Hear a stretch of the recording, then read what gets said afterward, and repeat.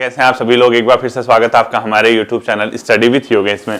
हम लोगों ने देखा कि ब्रिटिश का कुमाऊं और गढ़वाल पे किस प्रकार से आधिपत्य स्थापित होता है। ठीक है, अब यहां से हम बच्चों कंप्लीटली ब्रिटिश रूल देखेंगे। 3-4 क्लासेस के अंदर आपका ब्रिटिश एंड हो जाएगा। उसके तुरंत बाद या अभी इसके पैरेलल 1-2 दिन के अंतर्गत उत्तराखंड की संस्कृति वाला एक नया फोल्डर शुरू करूंगा। ठीक है, यानी आपका कल्चर वाले पोर्शन से जो क्वेश्चंस आ रहे हैं आने वाले एग्जाम्स में, वो आपकी चीजें जो फंस रही हैं कहीं ना कहीं, वो चीज भी आपकी कवर हो जाएंगी। तो कहने का तात्पर्य ये है, चाहे आप यूकेपीएससी या यूके ट्रिपल एससी का कोई भी एग्जाम देते हैं, अब आप पढ़ना ही नहीं चाहोगे, आप कोशिश ही नहीं करोगे कि हम पढ़े, तो फिर आप ऐसे भटकते रह जाओगे।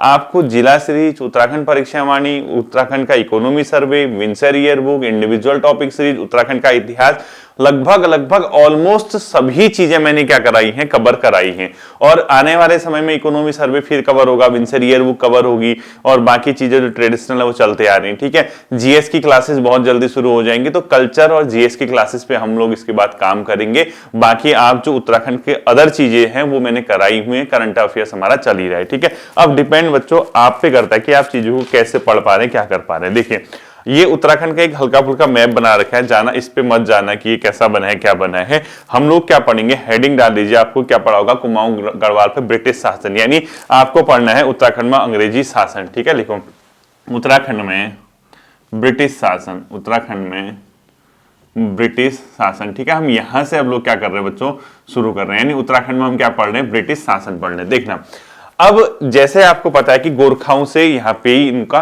क्या हो गया है, गोरखाओं से जीत चुके हैं। संगौली की संधि के माध्यम से इनकी जो भी चीजें जितनी भी होनी थी उत्तराखंड में वो हो चुकी है। अब चीजें कहां पे अटकी हैं, आपको पता होगा, जो पंवार राजवंश था, टिहरी रियासत का जो नरेश था सुदर्शन शाह, चूंकि वो क्या कर रहा था, निर्वासित जीवन जी रहे थे, उसके बाद उन्होंने ब्रिटिशर्स की मदद की इस उम्मीद के साथ कि गढ़वाल के पुनः उनके राज्य की स्थापना करने में ब्रिटिश उनकी मदद करेंगे।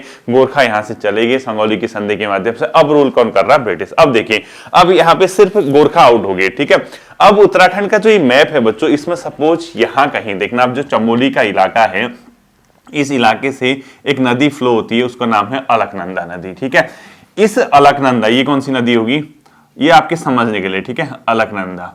इस अलकनंदा नदी का जो पूरा पोर्शन था, पूर्वी भाग, यानी अलकनंदा से पूरा पूर्व की भाग, इस पूर्वी भाग को बोला गया बच्चों ब्रिटिश गढ़वाल। यानी ये जो पूरा ये वाला पोर्शन है, ये किसके अंतर्गत आया, आपका ब्रिटिश गढ़वाल। ठीक है, कब के बाद, 1815 के बाद की बात है। ठीक है, यानी कब के बाद की बात है, 1815 के बाद क्या शासन चल रहा है। ठीक है, ये पूरा पोर्शन अलकनंदा का पूर्वी भाग कंप्लीटली ब्रिटिश गढ़वाल के अंदर आया। इसके अंतर्गत बच्चों 3 जिले हुआ करते थे, जो अभी वर्तमान में आप 13 जिले देख रहे हैं ना, पहले इसके अंदर 3 जिले थे, यानी ये कुमाऊं कमिश्नरी का पार्ट था, और इसके अंदर 3 जिले आते थे, जिसको अंदर अल्मोड़ा, ब्रिटिश गढ़वाल और नैनीताल बाद में बना था। ठीक है, ये जो ब्रिटिश गढ़वाल था बच्चों, इसको कौन सी, यानी ब्रिटिश गढ़वाल के अंदर कौन सी कमिश्नरी थी, यानी कौन कमिश्नर हुआ करता था, ये थी बच्चों कुमाऊं कमिश्नरी। ठीक है, ये किसके अंदर था, कुमाऊं कमिश्नरी के अंतर्गत, लिखो कुमाऊं कमिश्नरी का पार्ट भाग था। ठीक है,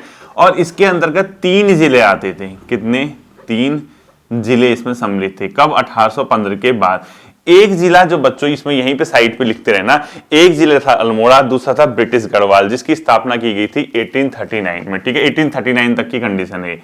ये है अल्मोड़ा और एक है ब्रिटिश गढ़वाल। ठीक है, ब्रिटिश गढ़वाल।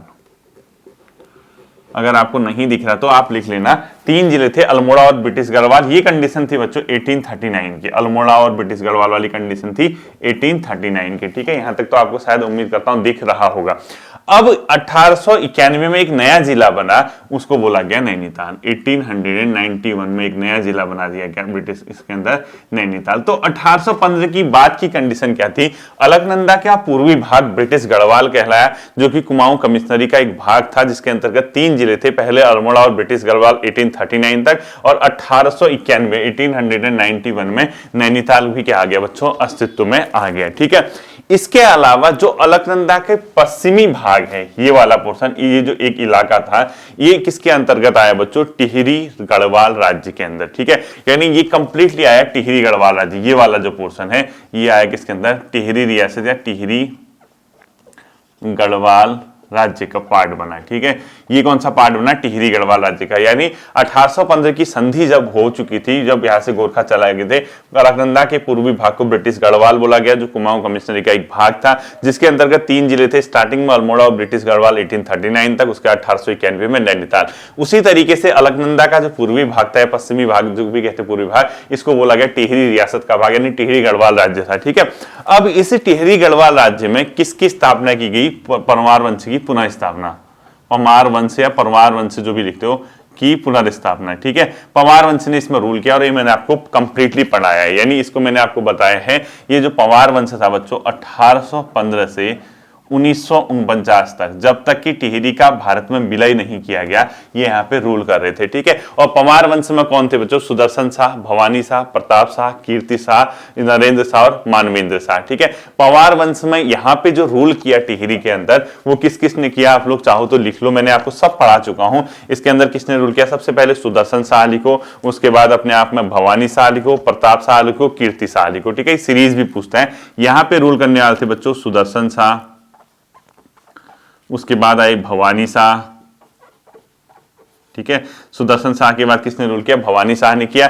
भवानी शाह के बाद जो आया प्रताप शाह, कीर्ति शाह, नरेंद्र शाह। ठीक है, प्रताप शाह, फिर कीर्ति शाह, नरेंद्र शाह और अपने आप में लास्ट में मानवेंद्र शाह। ठीक है, मानवेंद्र शाह मैंने लिख दिया। तो ये परमार वंश के 1 2 3 4 5 6 ये 6 रूलर ऐसे हुए जिन्होंने क्या किया? टिहरी रियासत से रूल करना शुरू किया। और कब तक रूल किया? 1949 तक, जब तक कि ये कौन सा इलाका, ये जो टिहरी का इलाका था, भारत में इनका विलय नहीं हुआ। ठीक है, ये अलकनंदा के पूर्वी तट पे रूल कर रहे थे। अब देखो, प्रारंभ में कुमाऊं में बच्चों सिर्फ एक जिला था, वो था ब्रिटिश कुमाऊं या ब्रिटिश जो कुमाऊं, यानी ये जो कुमाऊं कमिश्नरी के अंदर थे ना, ये वाला प्रारंभ में एक ही जिला था, ब्रिटिश कुमाऊं का ही जिला हुआ करता था, यानी इसको ब्रिटिश गढ़वाल भी बोलते थे। तो ब्रिटिश गढ़वाल जो है कुमाऊं कमिश्नरी का एक भाग हुआ करता था। ठीक है, अब देखना यहाँ पे जो रूल था, क्योंकि ब्रिटिशर्स तो पूरे भारत में फैले हुए थे सॉरी, यहां पे जो ये रूल कर रहे थे किस तरीके से कर रहे थे?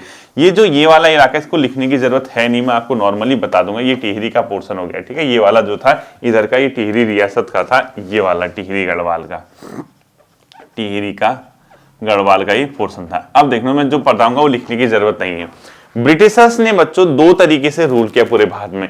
एक था रेगुलेटिंग एक्ट के माध्यम से, यानी एक ऐसा क्षेत्र जो विनियमित क्षेत्र था, रेगुलेटेड एरिया था, जहां पे बंगाल का जो गवर्नर था या भारत का जो उस टाइम पे गवर्नर हुआ करता था, उसी के रूल, उसी के आदेश कंप्लीटली उस क्षेत्र में चलते थे, यानी रेगुलेटिंग क्षेत्र के तहत, यानी विनियमित क्षेत्र के तहत। यानी कहीं ना कहीं ब्रिटिशर्स ने 2 तरीके से रूल किया बच्चों, एक को बोला गया विनियमित क्षेत्र और एक को बोला गया गैर विनियमित क्षेत्र, यानी एक रेगुलेटिंग एरिया कहलाता था, एक नॉन रेगुलेटिंग एरिया कहलाता था।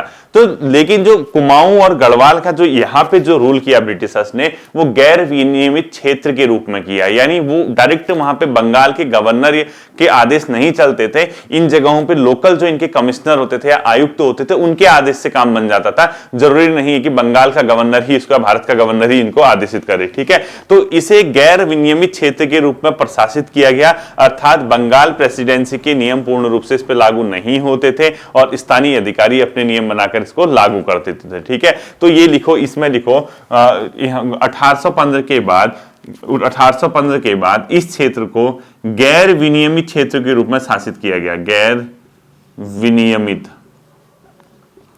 विनियमित क्षेत्र के रूप में शासन किया गया। ठीक है, यहां का शासन क्या था बच्चों? गैर विनियमित क्षेत्र के रूप में था। अर्थात इसमें लिखो, अर्थात यहां पर बंगाल प्रेसिडेंसी के गवर्नर के आदेश, बंगाल प्रेसिडेंसी के नियम पूर्ण रूप से लागू नहीं होते थे, बंगाल प्रेसिडेंसी के नियम पूर्ण रूप से लागू नहीं होते थे। यहां पर स्थानीय अधिकारी के नियम लागू होते थे, यानी जो यहां का लोकल कमिश्नर बना दिया, उसी के नियम से काम बन जाता था। इसी को बोला गया गैर विनियमित क्षेत्र। तो ये जो पूरा इलाका था बच्चों, गैर विनियमित क्षेत्र के रूप में लागू होता था और इसको भी ब्रिटिश संसद ने मान्यता दी थी। यानी जो गैर विनियमित क्षेत्र होगा, यानी जो वहां का लोकल कमिश्नर या लोकल अधिकारी होगा या लोकल डिप्टी कमिश्नर जो भी होगा, उसके रूल, उसके जो आदेश थे या उसके जो ऑर्डर देता था, वो लागू हो जाते थे। ये व्यवस्था इवन ब्रिटिश संसद ने भी पास की थी। यानी ब्रिटिश संसद कहती थी कि कोई बात नहीं, कई इलाके ऐसे होंगे भारत में जो गैर विनियमित क्षेत्र के रूप में शासित किए जाएंगे, अर्थात वहां पे बंगाल के गवर्नर के आदेश जो है लागू करना जरूरी नहीं है, ठीक है, गैर विनियमित क्षेत्र के रूप में। अब ये जो अधिकारी होते थे बच्चों, सेना के भी हो सकते थे, सिविल के भी, यानी गैर विनियमित क्षेत्र में जो रूल करता था, जो अधिकारी के रूल चलते थे, वो सेना का भी हो सकता था, सिविल का, ठीक है। इन प्रांतों में क्या था बच्चों, गवर्नर जनरल या प्रांत के गवर्नर द्वारा जारी किए गए कार्यकारी आदेश लागू होते थे। यानी इनमें क्या होता था, प्रांत का कोई गवर्नर या वहां का जो कमिश्नर जो भी होता था उसके आदेश लागू होते थे। हमें ये नहीं देखना, हमें सिर्फ ये समझना है कि ये गैर विनियमित क्षेत्र के रूप में यहाँ का शासन किया गया, ठीक है। अब देखो, गैर विनियमित प्रांत के जिला प्रमुख जो होते थे बच्चों, यहाँ पे सीनियर असिस्टेंट कमिश्नर कहलाते थे। यानी जो गैर विनियमित क्षेत्र था, यहाँ के जो जिला प्रमुख होते थे वो सीनियर असिस्टेंट कमिश्नर कहलाते थे, ठीक है। यहाँ पे अधिकारी कौन होता था, ये अधिकारी लिखो, यहाँ का मेन अधिकारी कौन होता था, सीनियर असिस्टेंट कमिश्नर। यानी वरिष्ठ जो अपने आप में असिस्टेंट कमिश्नर है, सीनियर असिस्टेंट कमिश्नर यहाँ का जिला अधिकारी होता था उस समय पे, ठीक है, यहाँ का जिला अधिकारी होता था। इसी के रूल चल जाते थे, काम बन जाता था, ठीक। अब देखो बच्चों, कुमाऊं जो था बच्चों 1815 से ही गैर विनियमित क्षेत्र के रूप में प्रशासित था। यानी जो ये कुमाऊं का इलाका था, कुमाऊं कमिश्नरी का इलाका था, कुमाऊं कमिश्नरी देखो ऐसे लिखो, कुमाऊं कमिश्नरी 1815 से ही गैर विनियमित क्षेत्र, नॉन रेगुलेटिंग एरिया के रूप में प्रशासित, गैर विनियमित क्षेत्र के रूप में प्रशासित, ठीक है। यानी गैर विनियमित क्षेत्र का मतलब था कि यहाँ पे बंगाल प्रेसिडेंसी या भारत के गवर्नर के आदेश लागू, सभी आदेश लागू नहीं होते थे। यहाँ पे लोकल जो अधिकारी था, उनका कमिश्नर था, उसके रूल चल जाते थे जो वो आदेश करता था, ठीक है। यही हुआ नॉन रेगुलेटिंग एरिया के रूप में यहाँ पे प्रशासित होता था। अब विनियमित प्रांत मैंने बता दिया, रेगुलेशन जहाँ पे गवर्नर और उसके द्वारा अधिकृत रेगुलेशन के द्वारा जो एक्ट के माध्यम से जो नियम बने वो लागू होते थे। गैर विनियमित का मैंने बता दिया, ठीक है। अब क्या था बच्चों, टिहरी रियासत में जो अंग्रेजी सरकार थी उसने एक रेजिडेंट एजेंट भी अपना रखना प्रारंभ किया और वो कुमाऊं कमिश्नर के ही अधीन होता था, ठीक है। इसके बाद कुमाऊं कमिश्नर के पास ही था, वो हमने सब नहीं पढ़ना। अब देखना, ब्रिटिश कुमाऊं जब इस तरीके से रूल हो गया, यहां पे ये देखना पड़ेगा कि ब्रिटिश कुमाऊं के अंदर पहला गवर्नर या पहला कमिश्नर कौन हुआ, ठीक है। ये आपने नोट कर लिया होगा। अब मैं इसको इरेज कर रहा हूं, ठीक है, ये देखना। अब यहां से हम पढ़ेंगे, सिंपल सी बात है कि ब्रिटिशर्स का जब यहाँ पे आधिपत्य स्थापित हो गया, उन्हें पूरे उत्तराखंड को दो भागों में बांटा। अलकनंदा से पूर्वी भाग को बोला गया ब्रिटिश कुमाऊं का भाग, जो कि नॉन रेगुलेटिंग के तहत रूल होता था वहां पे एरिया के रूप में, और दूसरा टिहरी रियासत जहां टिहरी के नरेश रूल करते थे। अब यहाँ पे रूल करने वाले जो कमिश्नर आए, वो पहला आया बच्चों गार्डनर, ठीक है। तो लिखो, ब्रिटिश कुमाऊं का प्रथम कमिश्नर कौन था, एडवर्ड गार्डनर था। ब्रिटिश कुमाऊं का प्रथम कमिश्नर, ब्रिटिश कुमाऊं का प्रथम कमिश्नर कौन था, एडवर्ड गार्डनर, ठीक है। अब इन्होंने ही संगौली की संधि पे हस्ताक्षर किए थे। अगर आपको याद होगा, मैंने बताया था कि संगौली की संधि एडवर्ड गार्डनर ही उसमें थे, ये आपको पता ही होगा। इनका कार्यकाल बहुत ज्यादा नहीं रहा बच्चों, सिर्फ कार्यकाल इन्हें 9 महीने का रहा, ठीक है। कार्यकाल कितना रहा इनका, 9 माह का इन्होंने क्या किया, कार्यकाल किया। इनके समय कुछ विशेष उपलब्धियां तो है नहीं, क्योंकि छोटा सा टेन्योर, छोटा सा कार्यकाल इनका रहा था। उसके बाद इनको क्या कर दिया, काठमांडू भेज दिया। काठमांडू की न्यायालय में एजेंट के रूप में बन के चले गए थे। यानी 9 माह के कार्यकाल के बाद ही चले गए थे, और उसके बाद इन्होंने काठमांडू कोर्ट में कंपनी का क्या किया, राजनीतिक एजेंट के रूप में कार्य किया, ठीक है। देखो, 9 माह के बाद, देखो कार्यकाल 9 माह था, उसके बाद देखो, उसके बाद काठमांडू न्यायालय में कंपनी के राजनीतिक एजेंट के रूप में काम किया। कंपनी के राजनीतिक एजेंट के रूप में काम किया, ठीक है। यानी राजनीतिक एजेंट के रूप में इनको कहां भेज दिया गया, काठमांडू में भेज दिया। 9 माह का इनका मात्र क्या था, अपने आप में कार्यकाल था बच्चों, बहुत ही छोटा कार्यकाल था। ब्रिटिश कुमाऊं के प्रथम कमिश्नर कौन थे, एडवर्ड गार्डनर। एडवर्ड गार्डनर जब थे, उसके साथ असिस्टेंट, उनके सहायक के रूप में ट्रेल भी कार्य कर रहा था, और ट्रेल का ही कार्यकाल सबसे महत्वपूर्ण है। और ट्रेल से संबंधित बहुत ही क्वेश्चन आपके पेपर में कई बार आपको देखने को मिलते हैं। मोस्ट इंपोर्टेंट कर देना, अगला हेडिंग आपको यहाँ पे लिखना है GW ट्रेल, यानी दूसरा कमिश्नर लिखना है आपको, ठीक है। दूसरा कमिश्नर, यहीं से क्वेश्चन भी आएगा, ठीक है। ये दूसरे कमिश्नर कौन थे बच्चों, GW ट्रेल, GW ट्रेल, ठीक है। यहीं से आपके क्वेश्चन भी पेपर में देखने को मिलते हैं। मेन फैक्ट, क्योंकि तथ्यात्मक ही आएगा यहां से, और इसमें कुछ मेन फैक्ट आपको मैं करा दूंगा, ठीक है। GW ट्रेल जब आए बच्चों यहाँ पे रूल करने के लिए, दूसरा कमिश्नर कौन था इनका? GW ट्रेल लिख लो। दूसरा कमिश्नर क्या लिखोगे? GW trail.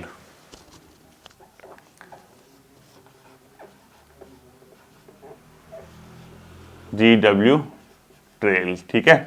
अब ट्रेल से संबंधित कुछ महत्वपूर्ण तथ्य हम लोग देखेंगे कि इनके समय में क्या क्या घटना हुई थी, ठीक है। ये गार्डनर के सहायक के रूप में इनने कार्य शुरू किया और दूसरे कमिश्नर कहलाए बच्चों। ये वास्तविक रूप से प्रथम कमिश्नर इन्हीं को माना जाता है, यानी क्योंकि जो अपने आप में गार्डनर थे उनका टाइम पीरियड बहुत लंबा नहीं था, इसलिए इनको वास्तविक कमिश्नर माना जाता है। रियल कमिश्नर कुमाऊं का पहला इन्हीं को माना जाता है, ठीक है। वास्तविक कमिश्नर यही माने जाते हैं। अब फैक्ट के हिसाब से देखोगे तब तो गार्डनर ही होगा, लेकिन रियल में अगर देखोगे जिसने वर्क किया वे वास्तविक कमिश्नर ट्रेल को ही कहला जाता है। ये कौन थे बच्चों? प्रारंभ में गार्डनर के सहायक के रूप में आए थे, गार्डनर के सहायक के रूप में थे स्टार्टिंग में, ठीक है, के रूप में। और अगर वैसे नॉर्मली देखोगे तो ये दूसरे कमिश्नर थे, ठीक है, दूसरे कमिश्नर, लेकिन वर्क के हिसाब से इनको वास्तविक कमिश्नर माना जाता है जिसने कार्य किए, ठीक है। तो वास्तविक कमिश्नर इन्हीं को माना जाता है। इन्होंने क्या किया बच्चों? न्यायिक, प्रशासनिक और भू राजस्व संबंधी बहुत से सुधार किए और प्रथम भू व्यवस्था इन्हीं के काल में इन्होंने लागू की, ठीक है। लिखो न्यायिक, ठीक है, क्या लिखोगे? न्यायिक, भू राजस्व व अन्य राजनीतिक इन्होंने सुधार किए, ठीक है। वह राजनीतिक सुधार इनके कार्यकाल में हुए थे और प्रथम मुख्य भू व्यवस्था इन्हीं के कार्यकाल में अस्तित्व में आई, ठीक है। लिखो प्रथम भू व्यवस्था इन्हीं के काल में, लैंड सेटलमेंट मेन जो थी मुख्य वाली, ठीक है, इन्हीं के काल में प्रथम भू व्यवस्था इन्हीं के काल में आई। अब जो ये भू व्यवस्था थी बच्चों, बहुत इंपोर्टेंट भू व्यवस्था थी। 1823 में इन्होंने कार्य किया, मोस्ट इंपोर्टेंट कर देना उस कार्य को, ठीक है। पहले क्या था बच्चों, जो ग्रामीण इलाके थे उनको पता ही नहीं था कि हमारा जो ग्राम है वो कितना हमारा ग्राम का एरिया होगा, जल संसाधन जो थे हमारे कौन से थे, वन या पर्यावरण से संबंधित हमारा कितना क्षेत्र है, हमारी भूमि कहां तक विस्तृत है, पेड़ों पे हमारा कितना आगे, कुछ पता नहीं चलता था। जब ट्रेल आए, ट्रेल महोदय ने क्या किया बच्चों? 1823 ईस्वी में कुमाऊं को 6 परगनों में विभक्त किया। यानी इन्होंने क्या किया बच्चों? 1823 के आसपास की घटना है। यहां पे क्या हुआ था? कुमाऊं के इलाके को 26 परगनों में विभक्त कर दिया, छोटे छोटे प्रशासनिक इकाई, ठीक है, 26 परगनों में विभक्त किया। अब कुमाऊं का इलाका जब 26 परगनों में इन्होंने विभक्त किया तो 1823 में इन्होंने राजस्व ग्रामवार सीमाओं का राजकीय अभिलेखन कराया। यानी जो राजस्व ग्राम थे, ये मोस्ट इंपोर्टेंट कर देना, ठीक है, ये 1823 में इन्होंने किया, राजस्व ग्रामों का सीमावार, किसकी सीमा कितनी होगी, सीमावार राजकीय अभिलेखन कराया इन्होंने, ठीक है, सरकारी काम यानी रिकॉर्ड बनाए उसके, राजकीय अभिलेखन यानी राजकीय अभिलेखों में दर्ज किया कि कौन से गांव की सीमा कहां तक है, कौन सी इनकी चीजें हैं, संसाधनों में किस गांव का कौन सा हक है। तो इसी के बाद पहली बार जो वहां के ग्रामीण थे बच्चों, ग्रामीणों को अपनी ग्राम की सीमाओं के बारे में, इसके अंदर की भूमि के बारे में, वनों के बारे में और पानी के बारे में जानकारी मिली, ठीक है। क्योंकि ये जो राजस्व ग्रामों का इन्हें सीमावार राजकीय अभिलेखन कराए बहुत ही व्यापक था, काफी व्यापक प्रोसेस थी और इतनी व्यापक थी कि कई वर्षों तक इस प्रोसेस को अपनाया गया अन्य कमिश्नरों के द्वारा, और ये इतनी व्यापक और विस्तृत थी कि इसको 80 साला बंदोबस्त भी कहा गया, ठीक है, यानी काफी व्यापक और विस्तृत थी। और इसी को क्या बोला गया? 80 साला बंदोबस्त, 80 साला बंदोबस्त। ये 80 साला बंदोबस्त कहने का कारण ये है क्योंकि संवत कुछ था उसमें, ठीक है, संवत 1880 था या कुछ इस टाइप का था, जैसे एक तो नॉर्मल ईयर होता है 1823, एक जो संवत वगैरह में लिखते हैं ना, उसके हिसाब से इसको क्या बोला गया? 80 साला बंदोबस्त। तो क्वेश्चन अगर कभी भी पूछेगा कि 80 साला बंदोबस्त किसके कार्यकाल से संबंधित है, तो ये ट्रेल के काल से संबंधित है, जो कि 1823 में इन्होंने क्या किया? राजस्व ग्रामों का सीमावार राजकीय अभिलेखन करवाया और इतना व्यापक और विस्तृत था कि इसको 80 साला बंदोबस्त कहते हैं। और ग्रामीणों को पहली पहली बार अपने गांव की सीमा, वहां के जल संसाधन, वहां के वन व वहां के पर्यावरण या वहां के जो भी उनके हक होते हैं उसके बारे में पता चला। तो इसके नोट करके लिखो। इसी के माध्यम से पहली बार ग्रामीणी को ग्रामीण सीमाओं, इसके अंदर की भूमि, वन व पानी की जानकारी मिली। ठीक है, इसके बाद ग्रामीणों को पहली बार क्या पता चला बच्चों, ग्रामीण की सीमा कितनी है, भूमि कितनी है, वन कितने हैं, ठीक है, और पानी कितना है, पानी संसाधन, इनके बारे में पता चला। ये लिख लो आप। इसी के बाद पहली बार ग्रामीण को उनकी गांव की सीमा, भूमि, वन और पानी के संसाधनों के बारे में जानकारी प्राप्त हुई 80 साल बंदोबस्त के बाद। इसके साथ ही ट्रेल साहब ने क्या किया बच्चों, जो यहाँ पे उत्तराखंड में है, इन्होंने पटवारियों के कई पद सृजित किए। ठीक है, यानी इनको कहा जाता है कि पटवारियों के पद सृजित करने का इन्होंने काम किया। ठीक है, पटवारियों के पदों का सृजन, पटवारियों के पदों का सृजन, यानी अगर कभी पूछता है कि इनमें से किस कमिश्नर द्वारा पटवारियों के पदों का सृजन किया गया, क्योंकि जिस प्रकार से चंद व गोरखा के काल में कानून गो होते थे, यहाँ पे इन्होंने पटवारियों के पदों का सृजन किया और उनको अनेक कार्य दिए गए। पटवारी क्या करता था बच्चों, एक तो राजस्व संबंधी काम करता था, दूसरा किसानों का आपसी विवाद होता था तो उसको सुलह करने की कोशिश करता था, कोई ऐसा विवादित मामला होता था उसको न्यायालय तक लेके जाता था, और किसी व्यक्ति ने आत्महत्या कर लिया, किसी का हत्या वगैरह कर दी, तो इसकी जानकारी वो तहसीलदार को देता था। इसके अलावा इसने पटवारियों को एक और काम भी सौंपा बच्चों, जो कि राजस्व पुलिस का कार्य होता है, जो कि पूरे भारत में, अब तो ये अभी हाल ही में आपने सुना होगा, राजस्व पुलिस का काम भी था, जो सरकार ने इसको एंड करने के लिए एक्ट ले आई। तो पटवारियों के पदों का सृजन किया, वो उन्हें राजस्व पुलिस का कार्य भी दिया। ठीक हो,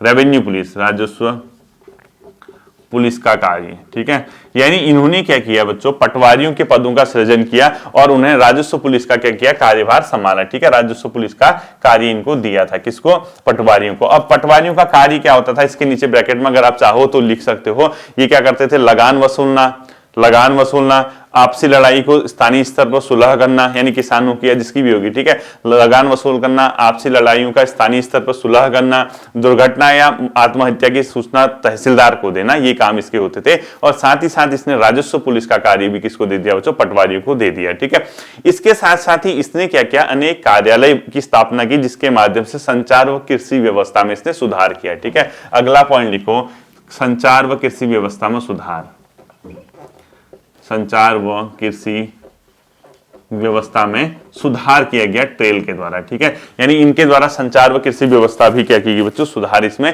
किया गया, और इनके समय की ही ये घटना है जब ये संचार व कृषि व्यवस्था में सुधार किया गया।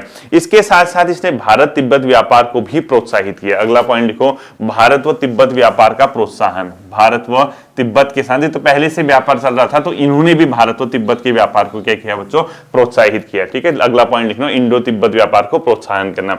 इनके समय की एक महत्वपूर्ण घटना है बच्चों, इन्होंने क्या किया, बद्रीनाथ केदारनाथ मार्ग का जो निजी मार्ग था, उन्होंने यात्रा मार्ग में उसको कन्वर्ट कर दिया। ठीक है, मोस्ट इंपोर्टेंट कर लो, बद्रीनाथ केदारनाथ निजी मार्ग को, जो प्राइवेट मार्ग था, बद्रीनाथ केदारनाथ निजी मार्ग को यात्रा मार्ग के रूप में इन्होंने रूपांतरित किया। अगर कभी क्वेश्चन पूछता है कि किसके द्वारा ही किया गया, तो ये ट्रेल साहब के द्वारा। ठीक है, यानी बद्रीनाथ केदारनाथ निजी मार्ग को यात्रा मार्ग के रूप में कन्वर्ट करने वाला कमिश्नर कौन था, ट्रेल था। साथ ही साथ इनके ऊपर इन्होंने ये किया, जो जैसे बद्रीनाथ केदारनाथ जाने के लिए जो पौड़ी श्रीनगर का रूट होता था, उसको सुधार, उसके रिफॉर्म के लिए बहुत वर्क किया इन्होंने, और इतना वर्क किया तो इनको ये तक आरोप लगा कि ईसाई धर्म वालों ने इसको ये प्रचार लगाया, आरोप लगाया कि हिंदू धर्म का क्या है, अपने आप में प्रचारक है। तो इसको लिखो, इन पे हिंदू धर्म के प्रचार का आरोप लगा, हिंदू धर्म प्रचार का आरोप, धर्म प्रचार का आरोप लगा। वो इसलिए आरोप लगा क्योंकि इन्होंने क्या किया,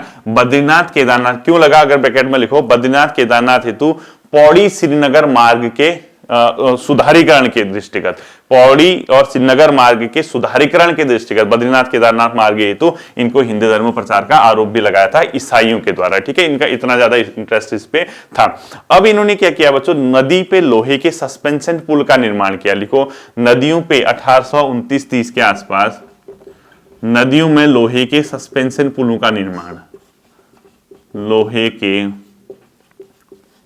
सस्पेंशन पुल निर्माण, सस्पेंशन पुल का निर्माण भी इनके द्वारा कराया गया, ठीक है। नदियों पे लोहे के सस्पेंशन पुल का निर्माण ट्रेल के समय में हुए थे। इसने क्या किया, सीमावर्ती क्षेत्र में लगान की माफी की, यानी जो बॉर्डर का इलाका था वहां पे लगान इन्होंने माफ किया, ठीक है। सीमावर्ती क्षेत्र में लगान माफी, सीमावर्ती क्षेत्र में लगान माफी का कार्य भी किया। और एक मोस्ट इंपोर्टेंट पॉइंट लिखना, मेलू में जो सीमावर्ती व्यापारी आते थे बच्चों, जो मेले वगैरह लगते थे, इसने वहां क्या, उनकी समस्याओं का वहीं पे जाके सुलह करने की कोशिश की। तो अगला पॉइंट लिखो, मेलू में सीमावर्ती व्यापारियों के मुकदमे के सुनने की इसने प्रक्रिया अपनाई थी, ठीक है। मेलू में सीमावर्ती व्यापारियों के, मेलू में सीमावर्ती व्यापारियों के मुकदमों को सुनने की प्रक्रिया, मुकदमे सुनने शुरू किए थे, ठीक है। सीमावर्ती व्यापारियों के मुकदमे सुनने का इन्होंने कार्य किया था, ये भी क्वेश्चन आता है।